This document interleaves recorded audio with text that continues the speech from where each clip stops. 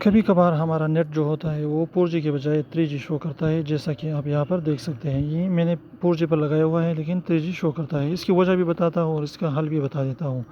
اس کی وجہ کیا ہوتا ہے کہ جب ہم نے نیٹ آن کیا ہوا ہوتا ہے اور کوئی بندہ جو ہے ہمیں کال کر دیتا ہے اور آپ کال کو اٹینڈ کر دیتے ہیں، تو یہ جو ہے 4G کے بجائے 3G پر چلا جاتا ہے۔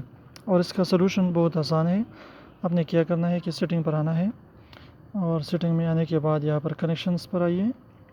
کنیکشنز پر جو ہے موبائل نیٹ ورک پر آئیے، اور یہاں پر جو ہے آپ نے کیا کرنا ہے کہ اس کو 3G پر لگانا ہے۔